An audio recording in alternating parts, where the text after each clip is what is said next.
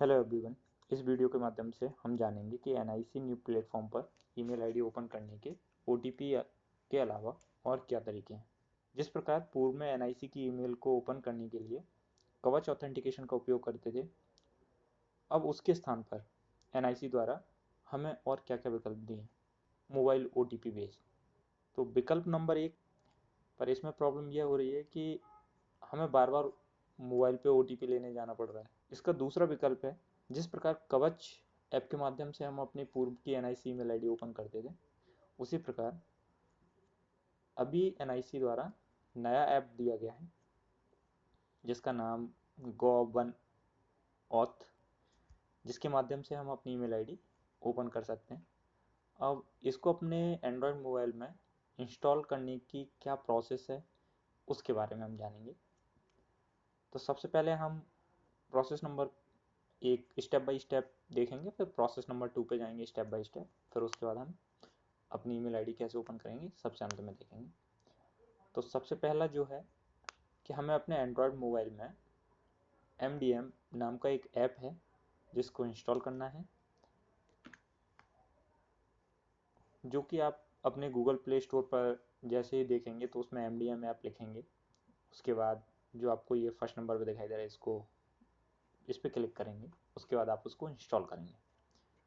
जैसे आप इसको इंस्टॉल कर लेते हैं, आपका फर्स्ट स्टेप काम हो गया। अब आपको सेकंड स्टेप में क्या करना है कि आप जो भी डेस्कटॉप यूज़ कर रहे हैं उस डेस्कटॉप के किसी भी ब्राउज़र पे अपनी ईमेल आईडी को ओपन करें, शासकीय ईमेल आईडी को, जैसे कि हम अभी तक करते आ रहे थे। जब तक हमने इस ऐप को डाउनलोड नहीं किया था तब तक हम OTP based mobile OTP based पे उसको ओपन कर रहे थे, उसी प्रकार हम इसको ओपन करेंगे।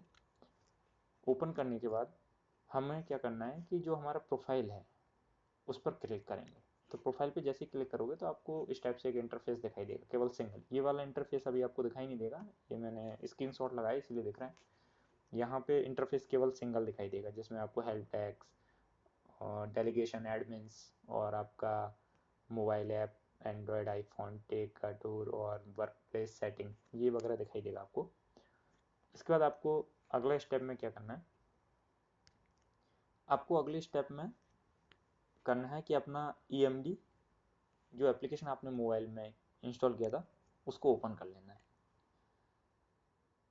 ठीक है, उसको आप ओपन कर लेंगे और आपको एंड्रॉयड पे क्लिक करना है। जो आपको एंड्रॉयड डेस्कटॉप पे जो एंड्रॉयड है, जो आपने ईमेल आईडी ओपन खोल रखी है, उसमें जो एंड्रॉयड वाला ऑप्शन है आप उस पर क्लिक करेंगे तो आपको इस टाइप से एक इंटरफेस दिखाई देगा। यहाँ पे स्कैन QR कोड दिखाई देगा।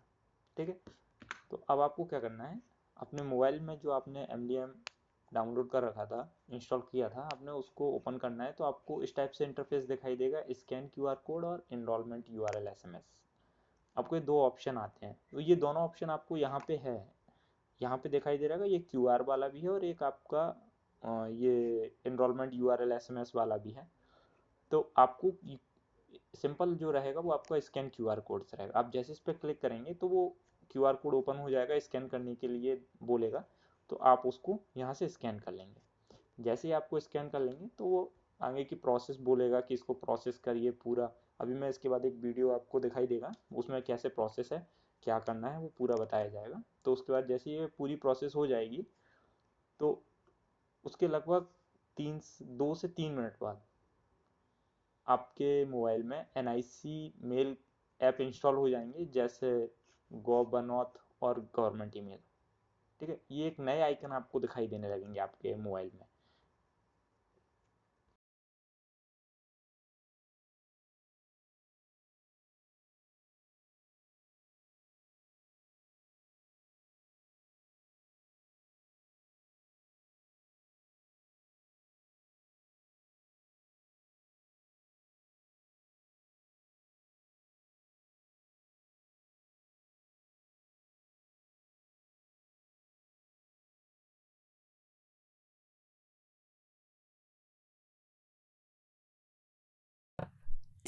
Your apps will be automatically pushed in 5 to 6 minutes upon the successful completion of the enrollment. And that's it. You're now able to access your apps from your Android mobile.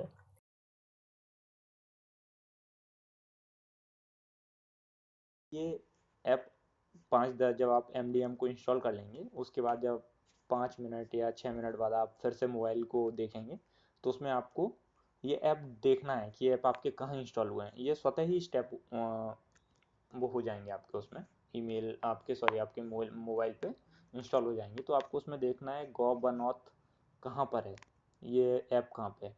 तो आपको सबसे पहले गॉब1ऑथ जो app है उसको आपको install हो जाएगा। तो आप इंस्टॉल करने के बाद फिर क्या स्टेप रहेगा वो देखते हैं। फैक्टर ऑथेंटिकेशन सेटअप करने के लिए मोबाइल में गॉब1ऑथ ऐप खोलना होगा और उस पर साइन इन पर क्लिक करना होगा। जैसे साइन इन पर क्लिक करेंगे तो शासकीय मेल आईडी से संबंधित जानकारी पूछेगा, जैसे उसमें यूज़र नेम पासवर्ड। जैसे ही आप उस पर क्लिक करेंगे और पूरी डिटेल फिल कर देंगे तो उसके बाद वो आपके रजिस्टर्ड मोबाइल नंबर पर एक बार OTP फिर भेजेगा। तो आपको वहाँ से OTP लेना है और OTP लेने के बाद आपको FMA इनेबल पर क्लिक करना है। आप जब ये पूरी प्रोसेस कर देंगे तो आपका गॉब1ऑथ एप्लीकेशन जो है वो स्टार्ट हो जाएगा, काम करना शुरू हो जाएगा। उसका भी वीडियो आपको अभी दिख जाएगा, थोड़े आपको वीडियो दिखा दूंगा उसका।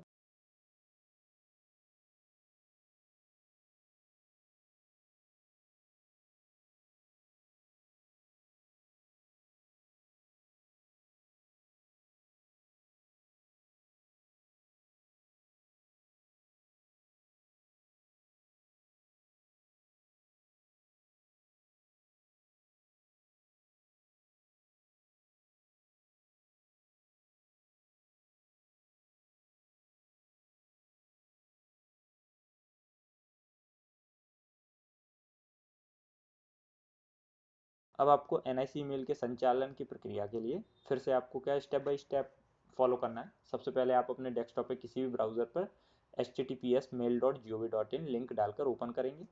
आपको यूज़र आईडी एवं पासवर्ड डालना होगा।